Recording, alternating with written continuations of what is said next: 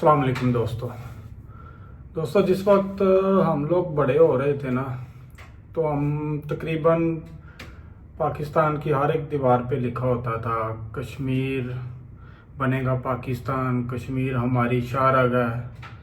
ठीक है, मगर आज जो हालात देख रहे हैं तो वो कुछ समझ में नहीं आ रहा कि क्या हम इसी कश्मीर की बात किया करते थे।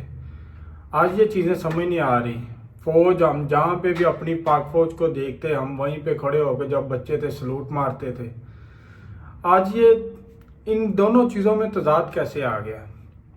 क्या कोई थर्ड पार्टी ये सब कुछ करवा रही है जो अवाम को और फौज को दूर कर रही है, या कोई लड़ाई? क्योंकि अभी मैं कुछ न्यूज़ ऐसी भी सुन रहा था कि जहाँ पे पता चल रहा था, ये भी पता चला है कि वहाँ पे कुछ और एलिमेंट्स हैं।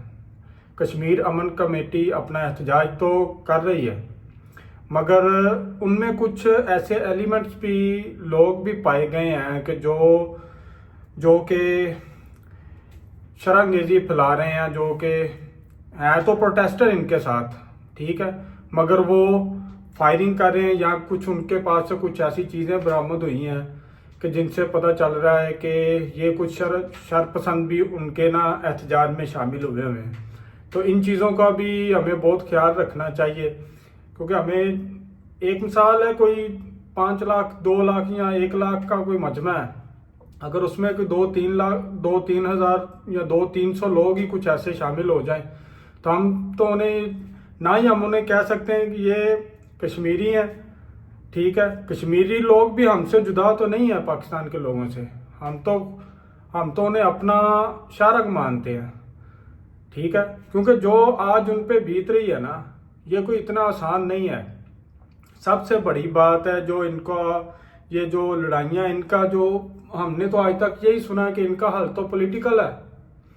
ठीक है, पॉलिटिकल पार्टीज ने ये हल निकालना होता है, मगर फिलहाल तो ये पार्टीज दोनों हमें जो इस वक्त इक़्तिदार में है, पीपल पार्टी और नून लीग, ये तो हमें कोई इतनी ताकतवर, इतनी डायलॉग में जो इंटरेस्टेड वो तो नज़र नहीं आ रहे हैं।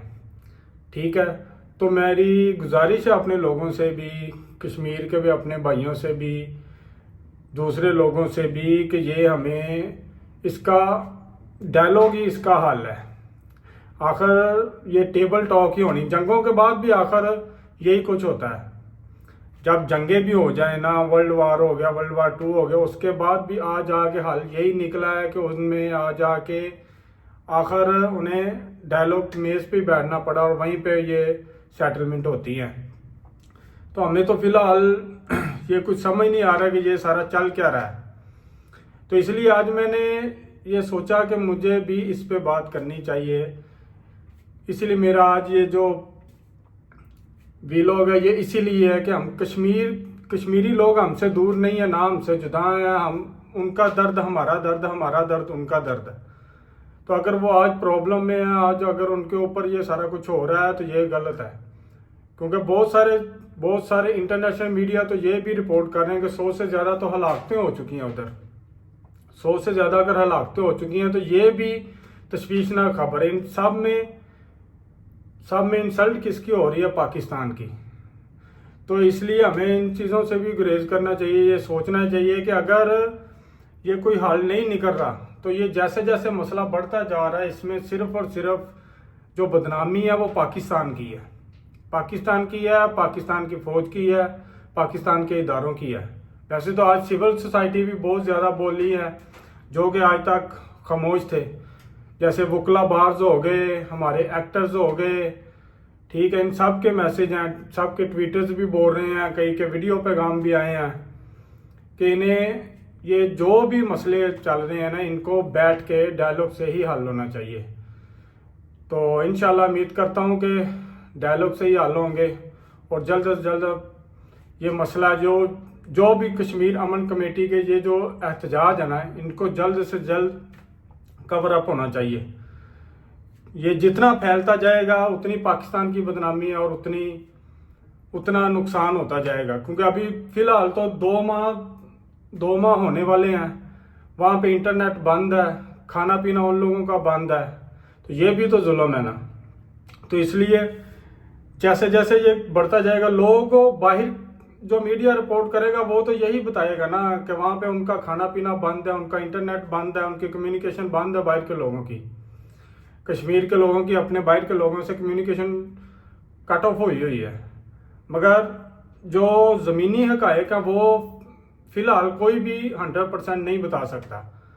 तो इसलिए हमें इन सब चीज़ों से ग्रेज करना चाहिए। अभी फ़िलहाल अफवाहों से भी ग्रेज करना चाहिए। ये जो भी कोई अगर बाहर की बातें हो भी जाती हैं, कोई एक इंसान कह रहा है कि कश्मीर अमन कमेटी के एहतजाज में कोई इतने शर पसंद है, हमें फौरी उस पर भी नहीं रिएक्ट करना चाहिए। और अगर कोई कह रहा है कि फौज हमारे बंदे मार रही है, तो हमें फौरी उस पर भी रिएक्ट नहीं करना चाहिए जब तक कि हमें पिक्चर क्लियर ना हो जाए। ठीक है, तो मेरी सब लोगों से गुजारिश है कि अभी अफवाहों से परहेज करें, अफवाहों की तरफ ना जाएं और अपने सही जो हक़ाइक़ हैं, जब तक हमें हमारे सामने सब कुछ नहीं आ जाता तब तक हमें अपने आप को कंट्रोल में रखना चाहिए और दुआ करनी चाहिए कि ये सारे हालात जल्द से जल्द सेटल हो जाएं। अल्लाह पाक हम सबको हिफ्ज़-ओ-अमान में रखें। अपना ख्याल रखिएगा, अपना इस चैनल का भी। अल्लाह हाफिज़।